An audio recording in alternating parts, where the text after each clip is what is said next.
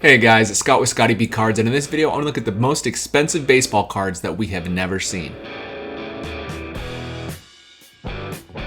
Okay, so very simple video. I'm looking at 10 cards that have never been seen. Some of them aren't baseball. I said baseball, but there's a few basketball that are very important cards that have just not turned up yet. That doesn't mean that they haven't been pulled. They could still be sitting in a box somewhere. They could have been pulled and put into someone's collection and it's sitting somewhere across seas, or it could have been pulled and put into someone's drawer as a kid and they didn't know they had it. So all of these things are pretty crazy to consider, but either way, these cards have never fully surfaced, and I want to discuss what they are and why they're so important. Very first card I want to talk about is the Barry Bonds and Ken Griffey Jr. Gem Masters. 1999 Metal Universe is generally considered to have one of the best cards of every player in the 90s. With Bonds in particular, that might not be the case because of some other situations with like essential credentials and things. But either way, the one-of-one Gem Masters of Bonds and Griffey, they have not ever shown up and have never sold publicly. These are what these cards look like, and they can go for a lot of money. I was able to pick up the Larry Walker, which is exciting because for him, that probably is his best card ever made. But for Bonds and Griffey, those still could be sitting in packs somewhere. These are the type of cards that potentially are sitting in someone's collection who does not care about cards anymore, and we may never see them. You know, that's the crazy thing about this type of card, but that is the first I wanted to show, which is the Barry Bonds and Ken Griffey Jr. Gem Masters. Hopefully we see them someday.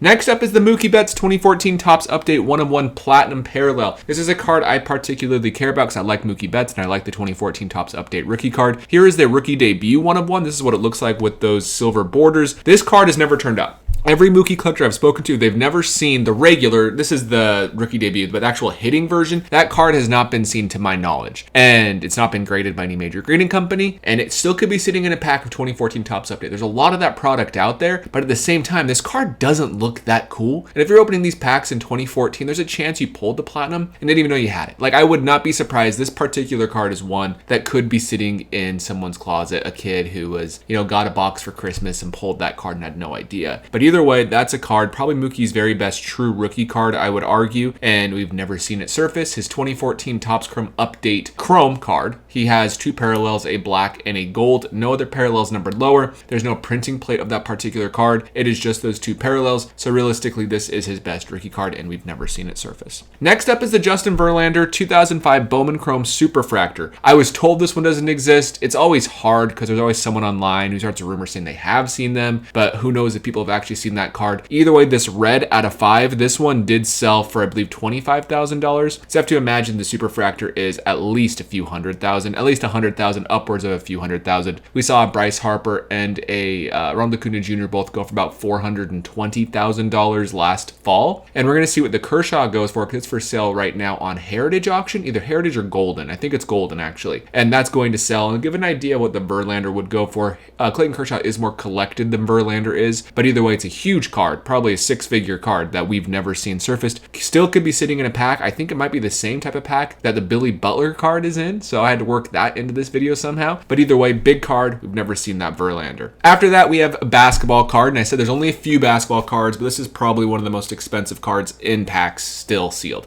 Not probably, this is the most expensive card that is probably in a pack sealed somewhere unless it was already pulled and no one knows about it. But this is the Steph Curry 2009 Topps Chrome Superfractor, and the hard thing about this card is, this is actually an artist rendition of the card of what it looks like. This has not actually been seen, but this card is huge. It's an important card, and it makes you wonder with all the CT scanning of boxes stuff going on if maybe we will see it turn up because people have sealed boxes and there's less risk of scanning versus opening. But either way, if this card ever surfaces, you can expect a huge bidding war for it. One of the most important basketball cards ever. Honestly, one of the most important cards ever. Sounds dramatic, but it's true for this Steph Curry Superfractor.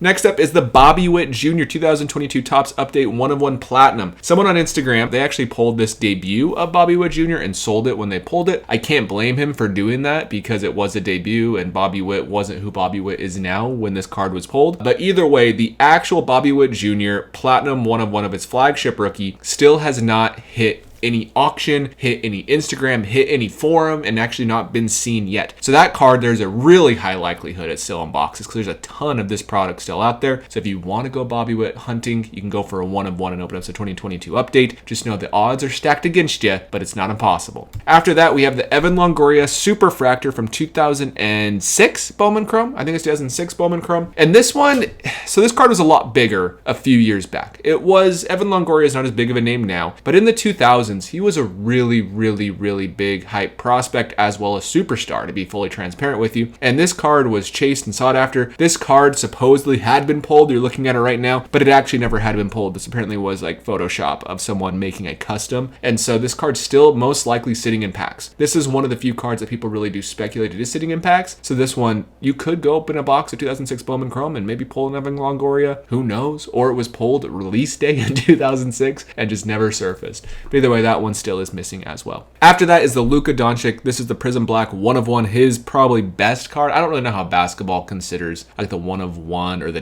like the 1/1 Nebula versus the 1/1 black autograph. There's sticker autographs in Prism. But for base cards, I would assume that this is the #1 card for Luka in existence. Obviously, as the RPA situation, he has a whole bunch of stuff there. But for the base Prism, this card still has not been publicly announced as pulled, and you'd imagine it would have been. Most people opening Prism, they have an understanding of Prism, especially ultra modern Prism. And so there's a rumor that this card was pulled. People don't say it because they want the sealed wax to continue to go up. I don't know if that's true. It could be. Nothing would surprise me anymore in sports cards. But either way, this card is most likely still sitting in packs somewhere. After that is the Manny Machado Bowman Chrome autograph. I had no idea this card wasn't pulled. This is a trading card. So this was apparently like one of those proofs that was out of the back door of a factory, or it was a custom card that someone got signed by Machado and they passed it off as a superfractor autograph. Either a proof or a custom card. Either way, the true superfractor apparently has not been pulled. Some of the biggest Manny Machado collectors told me this. I asked on Instagram if I was forgetting any cards, and a few people mentioned this particular one, and I have not been able to find anything on it. I looked up all the sales data. Everything is not out there. You're going to see superfractor sales, but it's actually of these like custom cards or the backdoor copies. They are not the actual pack pulled release superfractor of Machado. So a pretty big card that's still out there for a future Hall of Famer, in my opinion. Next up is the 2003 LeBron James Ultimate Collection 1/1. This is the vertical logo, man. I think the horizontal, I think there already might be one of those. But this particular card apparently has never been pulled. I'm guessing there is a photo of it due to the fact that it was a chase at release. And so this one supposedly has never been seen. So this is another missing card. If this did get pulled, this would also be a 6-figure card or even a 7-figure card. Same with the Curry. They're probably in the million. And this card would go for that much as probably LeBron's best rookie card. And we have not seen it. Well, exquisite.